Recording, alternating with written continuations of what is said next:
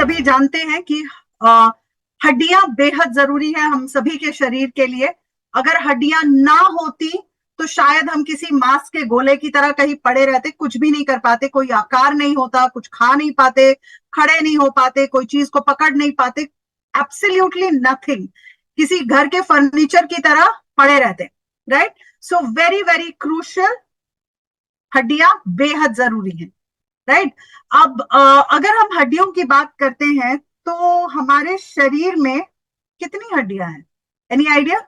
So 206 bones is what we have, और हर हड्डी का कोई ना कोई काम होता है।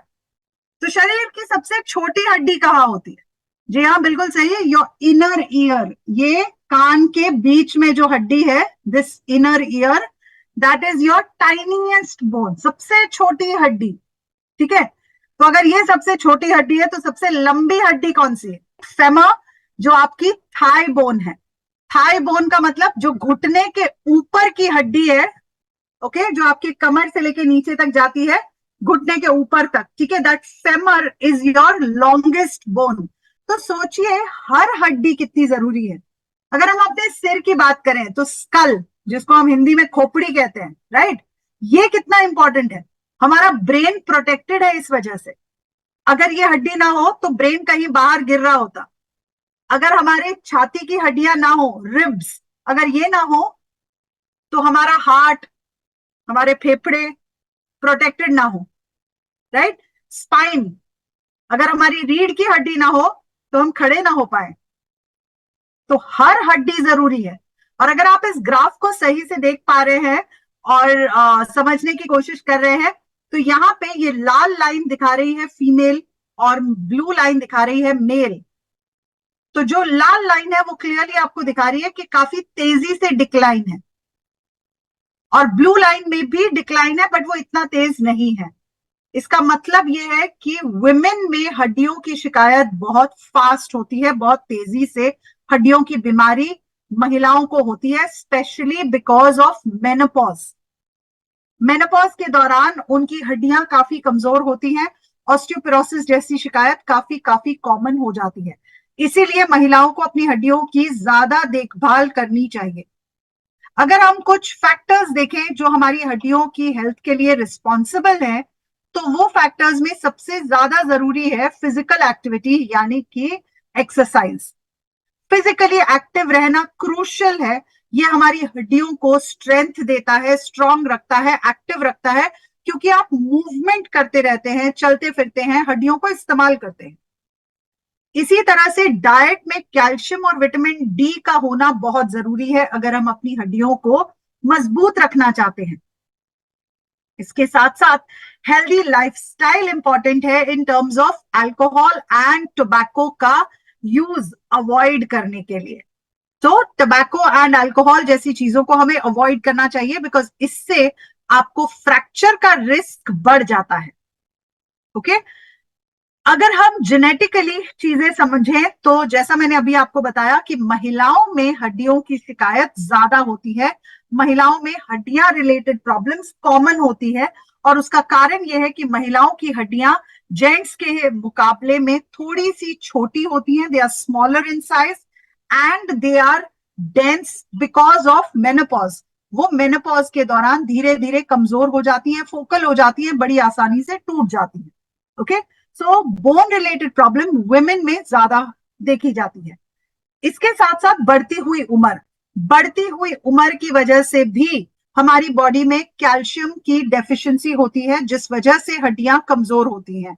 हार्मोनल इम्बैलेंस कह लीजिए, बढ़ती हुई उम्र कह लीजिए, ये सभी रिस्पॉन्सिबल हैं बिकॉज सभी रिस्पॉन्सिबल है for our bone health to सफर।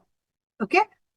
इसके साथ ही फैमिली हिस्ट्री, अगर हमारी फैमिली में हिस्ट्री है ऑफ फ्रैक्चर या ऑस्टियोपोरोसिस या आर्थराइटिस एक्सेट्रा, तो हम भी ऑटोमेटिकली हाई रिस्क पर आ जाते हैं in terms of bone related problems. Okay? अब अगर न्यूट्रिएंट्स देखें कि कौन कौन से ऐसे न्यूट्रिएंट्स हैं जो बोन हेल्थ के लिए जरूरी होते हैं, उसमें सबसे पहला नंबर आता है कैल्शियम का। कैल्शियम सबसे ज्यादा जरूरी है when it comes to bone health, और ये इसलिए ज्यादा जरूरी है क्योंकि ये हमारी जो हड्डियां हैं ये कैल्शियम से ही बनी हुई है, और कैल्शियम हमारे शरीर में क्रिएट नहीं होता, बनता नहीं है। कैल्शियम को खाने के माध्यम से, डाइट के माध्यम से लेना पड़ता है। इसीलिए हमें कैल्शियम जरूरी हो जाता है फॉर बोन हेल्थ। कैल्शियम के बाद जो न्यूट्रिएंट इंपॉर्टेंट है वो है विटामिन डी। विटामिन डी इसलिए क्योंकि ये कैल्शियम को एब्जॉर्ब करने में मदद करता है, और ये हमारी इम्यून सिस्टम के लिए भी जरूरी है। ये फ्रैक्चर और बोन रिलेटेड प्रॉब्लम्स को प्रिवेंट करने में भी मदद करता है, इसीलिए विटामिन डी इंपॉर्टेंट है। तीसरा न्यूट्रिएंट है मैग्नीशियम, जो कैल्शियम का बेस्ट फ्रेंड माना जाता है। मैग्नीशियम क्रूशियल रोल प्ले करता है हड्डियों की मेंटेनेंस में, और ये हमारे कैल्शियम के एब्जॉर्प्शन में, उसके मेटाबॉलिज्म में भी मदद करता है, इसीलिए बोन हेल्थ में ये मिनरल जरूरी होता है। Zinc on the other hand हमारी इम्यून सिस्टम को सपोर्ट करता है, जॉइंट हेल्थ को सपोर्ट करता है, बोन के फॉर्मेशन में मदद करता है, ओवरऑल बोन हेल्थ को सपोर्ट करता है, इसीलिए जिंक। अब ये 5 न्यूट्रिएंट कैलमैक डी जो हमारा करंट प्रोडक्ट, पहले का प्रोडक्ट है, उसमें भी मौजूद है, right. Calcium, vitamin D, magnesium, zinc और मैग्नीज, ये सभी मौजूद हैं। मैग्नीज की अगर बात करें तो ये हमारे बोन्स के बीच में कार्टिलेज बनाने में मदद करता है, बोन की डेंसिटी इंप्रूव करने में मदद करता है, इसीलिए मैग्नीज भी इंपॉर्टेंट है। ये पांचों न्यूट्रिएंट्स जैसा मैंने कहा हमारे कैलमैक डी में भी मौजूद थे। अब जो हमने ऐड किया है, जो बदलाव लाए हैं, वो है विटामिन K2। विटामिन K2 हड्डियों का स्ट्रक्चर या आकार बनाने में मदद करता है, हड्डियों की मेंटेनेंस के लिए मदद करता है, और साथ ही साथ हड्डियों में रीमिनरलाइजेशन करने में भी ये मदद करता है। ओके, इसलिए जरूरी है। तो ये 6 के 6 न्यूट्रिएंट्स आपको मिल जाते हैं कैलमैक डी प्लस K2 में।